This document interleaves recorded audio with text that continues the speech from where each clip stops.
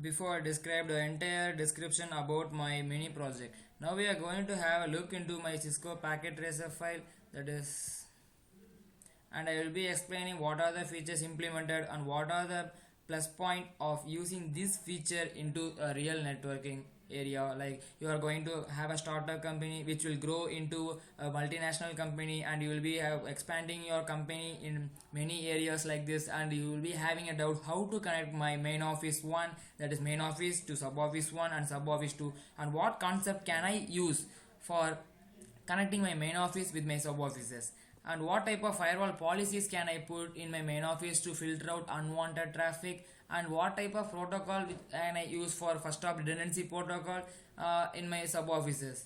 Here have a look. First I will be explaining the main office 1. What are the features implemented in main office 1? Just look into this PDF. What are the, wait a minute. In main office, I configured a firewall, voice over IP, and it has a demilitarized zone, NATing, port security, open shortest path first. First, look, moving from left to right, that is port security. What is a port security is all about, and how you can configure a port security in a Cisco 2960 switch. Now, what is the use of port security? Consider that you are having a educational organization like my educational organization Shastra University, and my Shastra University has n number of labs, like 14 to 15 labs per floor, or 20 labs per floor. On each lab I'm having a enormous number of computers which are connected to the switch via a Cat5e cable, a Cat5 cable. Consider a situation where there is an hacker or unknown user coming into with their desktops, or with with their laptops, and just plugging out this, and consider this port, plugging out this Cat5 cable and plugging it into their laptop, and just try to send traffic to the outside world. Just consider this is an unknown user. For clearance, wait, I will remove all port numbers.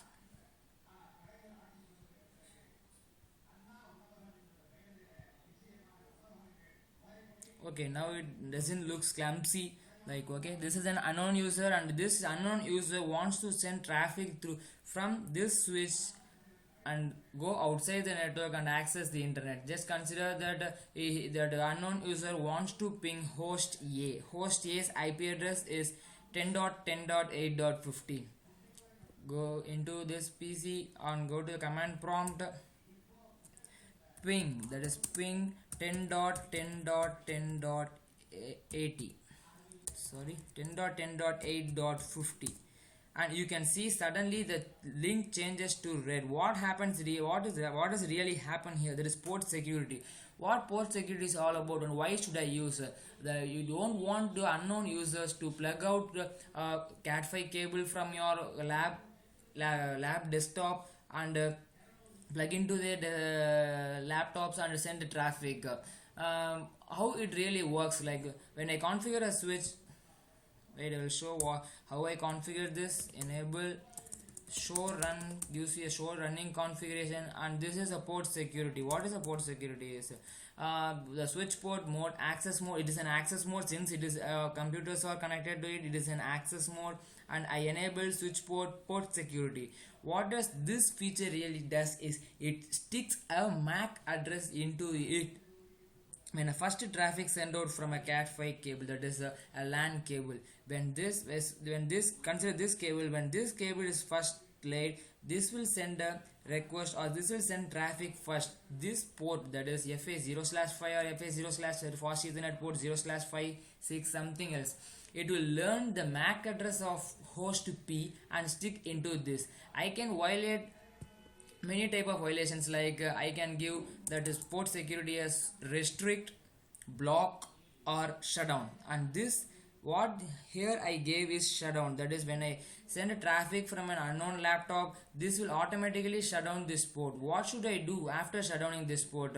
The unknown user, that the hacker or inside your website, suddenly he will see, oh, something is gone wrong, and he will just plug into the same desktop and he will run. But this desktop will not get a internet access. So what I have to do is I want to enter this switch once again, and I have to configure the I have to administratively shut down this port, and I once again I want to make this alive. That is conft configuration terminal conft, and I think it is interface fa0/6 and administrative shutdown and administrative not shutdown. Now you can see that this port is moving from learning state, then it will go to the learning state and then to forwarding state. This is a port security, and it is one of the main feature which can be implemented in Cisco switch, and I don't know about what are the other switches which offer this feature, and Cisco is one of the switch which offers this good feature for unauthorized users to send traffic to your switch or to the outside world. Next concept we are going to see is voice over IP. What is the need of voice over IP in an organization, in a small scale network or small scale industries or huge industries? What is a voice over IP? Voice over IP is nothing but a telephony system uses an IP address to communicate with each other. Consider an organization, a big organization having n number of labs or n number of like a testing team, development team, coding team, something like that. They are separated at some floors or some regions or some building blocks. Consider school having more than 3 to 4 blocks where if when they want to communicate, they want to lay a single line, that is telephone line, from one office to another office, another office to another office, and they have to pay every month for the telephone system. That is not at all necessary for a it is not at all necessary for an organization to have a separate telephone connection, and they want to pay every month for the telecommunication services centers or ISP or internet service providers. So we are going to have a single IP, that is unused IPs are used to have communication using telephones. That is, you can see that this is a router on a stick, and I will show.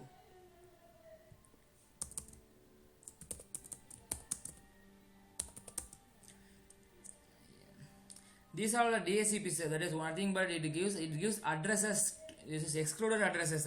It runs around 3 DHCP services, and it will show what are the DHCP services. That is, you can see here. That is DHCP pool. That is pool is the name of group. This gives address to 2.0 with /24 prefix, and its default router is 2.1. And there is a data pool, that is which gives an IP addresses for our voice over IP phone, VoIP phone, IP phone. That is 10.0. 10.0/24 is my prefix and gives address from 10.1 to 10.255. And this is this is for data is for my computers, and voice is for my voice over IP phones. That is, my voice over IP phone gets 20.0 to 20.1 to 20.255, and my data, that is computers which are connected below the voice over IP phone, gets connection with the IP addresses 10.1 to 10.255. Next, you can see that I gave here the phone numbers for every phone. That is phone number directory number 1, and it contains the phone number 101, 102, 103 or 3 numbers of my telephone system, and every system learns the MAC address of phone automatically. And by default, there is Cisco phones, there is 7960 is a type, and a device mode. I didn't set any security mode for my voice over IP phone. Just I can have a connect call to from my P1 to P3, that is phone 1 to phone 3. Just go into this, and you want to see what's the number of this telephone. That is P3 has a telephone number of 103. I can give 103. And you can see that it is ringing out, and you can check whether this is receiving a call in P3. Yeah, you are receiving a call in P3 using IP. I didn't use any separate lines for telephones, and I was paying to telecommunication services every month, which will be a cost. It will be very costly for a big organization. And next we are moving to firewall. What does a firewall does, and what is the use of firewall? You can have many doubt. Firewall is used as a block which restricts or which use only authorized users to allow inside the network, and only the allow the website to view by the internal users. what I did is, this is my demilitarized zone, and this is my militarized zone. What is the difference between a demilitarized zone and a militarized zone? Demilitarized zone is nothing but high vulnerability components like my web server, mail server, something like blah blah blah. I will keep in my demilitarized zone. That is, every outsiders, not only my sub office A, sub office B, will have access into my network. That is, web servers are always vulnerable, they are highly vulnerable, they are highly having a vulnerability, so I will keep them in a demilitarized zone, and the external users will have a send traffic through this, and the ISP will forward to my main office edge router, and main office edge router sends traffic to firewall, and this passes to the web server, and vice back. We are back the same path. What is the major use of demilitarized zone? Demilitarized zone really protects our militarized zone. That is, no one will know the architecture or components or network inside my militarized zone. That is, if you are having a server inside my firewall that is in a militarized zone, it becomes a demilitarized zone. If someone wants to hack my web server, my entire network will be hacked. That is not really want, because the cabling you did, and the computers you did, and computer configurations you did, and what are the features you implemented, everything in hacked in seconds. Really, a network designer or network administrator doesn't want that to happen to their network. So firewall is used to filter out the unwanted traffic and also protect our inside network from an outsider. Just to find what are the policies, what are the policy I inbuilt in this firewall is just I set an ICMP policy, that is internet control message protocol policy. That is, no one can ping from outside into my inside network until a request from inside went outside. You can see, that is, I will send a packet from this area, that is my inside network, to an outside network. It will ping back and will come and it will enter my firewall. But consider a case that host 1 wants to ping this E, that is my computer which is inside my militarized zone. He can't, that is host 1 can't enter into my militarized zone, because that firewall will have a set of policy that only when an inbound traffic is sent to outbound traffic, it allows that outbound traffic to revert back to the inbound traffic, or else it won't allow into the demilitarized zone. Just we can have a look into this. What is the host 1 IP address? Consider sub office A. Sub office A host A is 10.10.8.50. 10.10.8.50. Ping 10.10.8.50. You can see that the reply from 10.10.8.50 has came back, because the firewall first memorizes that there is an inbound traffic which is asking for 10.10.50 to ping, and it comes back from host A to sub office A router, and it's to MO, that is main office router, and via firewall it is reverted back. What if the case that host A wants to ping without host in any host inside the militarized zone enters the traffic? That is ping anything 192 168 168 1 dot what is this 1 dot 2 dot, right? 192 168 2 dot something, that 192 168 2 dot 21.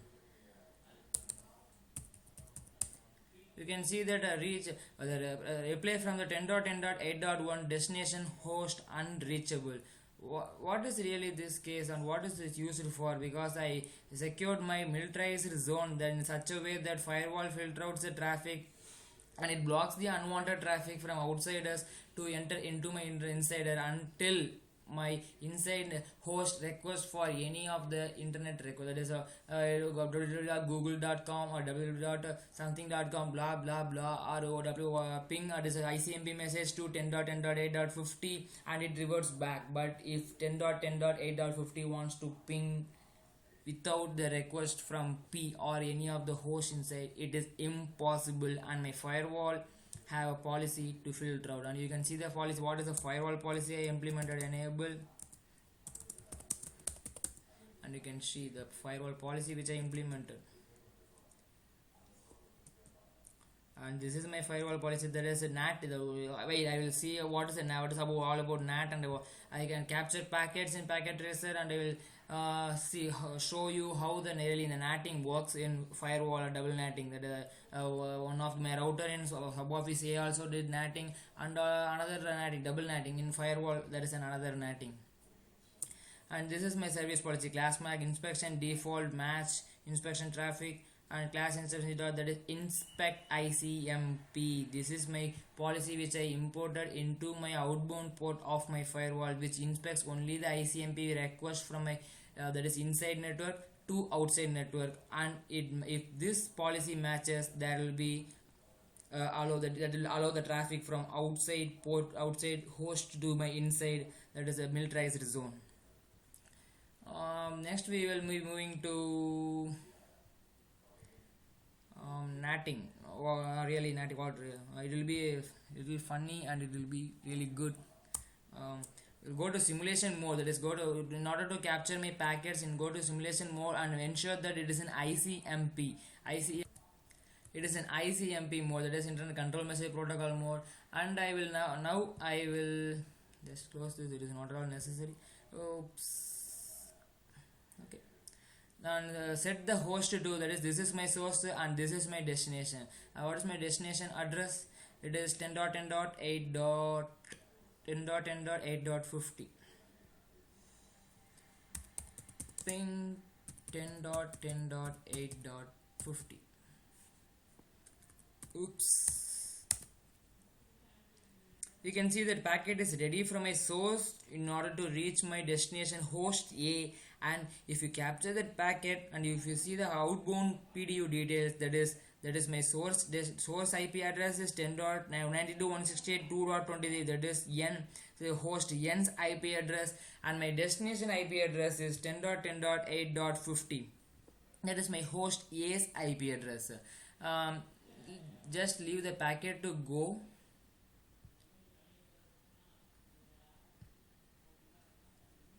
Wait, once again I will do. You can see the ping from 10.10.8.50 came, and I want to show how NATing is done in my MOR1 router and the firewall router, and how it really comes back from from host A to my corresponding host N, that is my internal network. Just give a capture forward.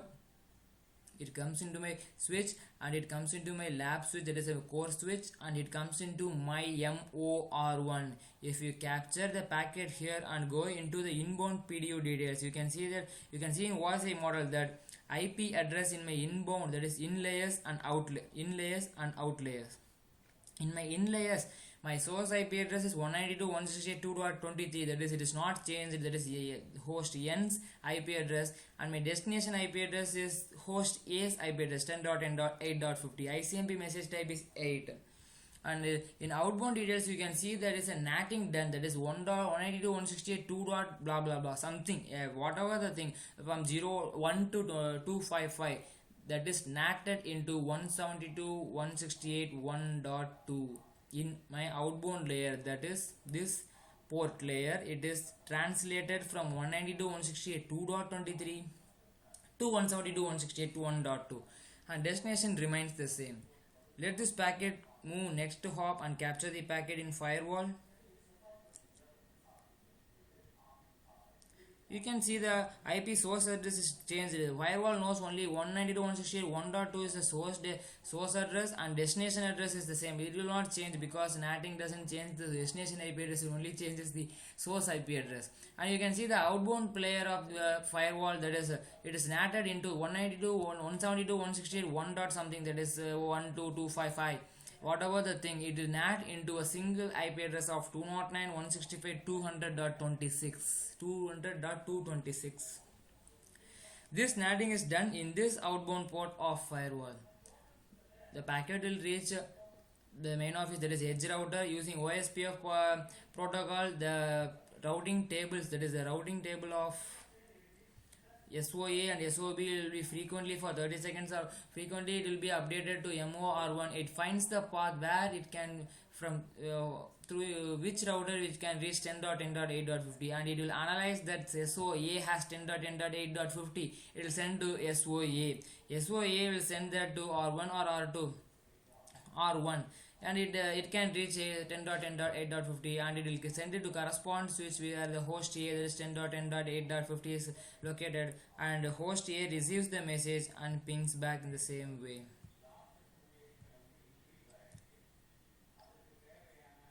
And you can see that denatting will be done. What if you capture a packet here, and you can see the inbound layer is 10.209 165 200.226, and my outbound layer it will be converted to 1.2. 1.2 is this interface address. Then leave one hop to go, and now capture the packet. You can see here that my inbound source is this, and the destination is 172.168.1.2 in my inbound layers, and my outbound layers it is 2.23. that is this network 2 dot blah blah blah 2.2, 2.3, 2.4, 2.255, everything it will be here. If you send, it will go to the lab and it will go to corresponding, and your ping is successful. You can set like this, you can set any set of policies, that is this is an ICMP policy, and you can set up SMTP policy, or whatever the policy you want, SMTP, FTP. You can control traffic by using a firewall inside your main office, and it filter out unwanted traffic. But you can see how this web server is natted. You can see that web server's address is 172.168.2.3. But if we go into a firewall, and you can see look into the VLAN 3's IP address, it is 172.168.2.1. 2.1 is this interface and this network, and 2.3 is my web server. 2.3 is my web server, but I virtually natted the web server's IP address into 209.165.200.227. Go here and try to ping 209.165.200.227. You will get a reply. You don't know where it's really located. Oh wow, this is not at all located in my project plan, and you can ask me where it came from. To trace the packet, you can have a simulation mode in the same way, and you just enter host A and give the real address 227 and give auto capture play. I increase my speed in order to get more high response. Increase speed, it forwards packets, it comes to my ISP into my main office router, edge router, and that edge router replace that. Oops, sorry, what I did before is that 2.227 is MO, that is the main office edge router's this port address, and my virtual NATing IP address is 228, and you can see it is a source, and where it is going to reach 228, there is nothing, no IP addresses allocated for 228, and there is no interfaces with 228.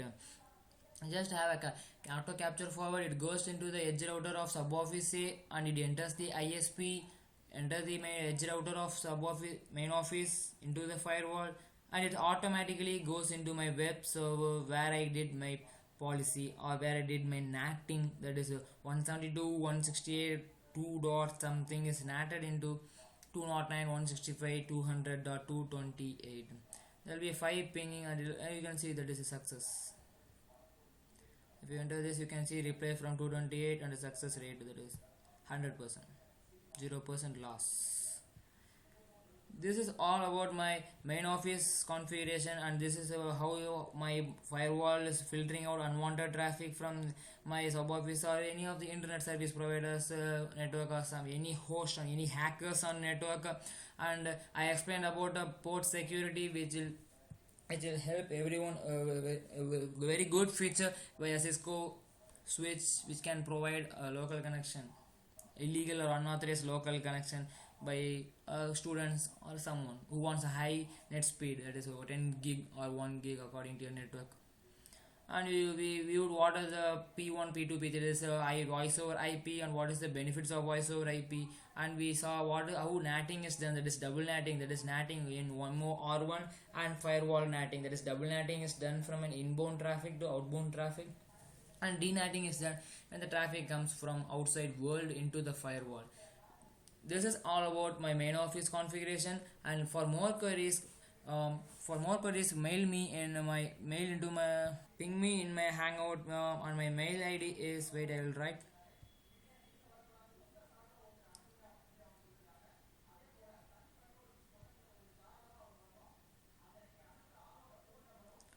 next tutorial I will be saying my mail ID where you can post your queries, or below this video you can post your queries and have you can clarify your doubt at any time. Thank you.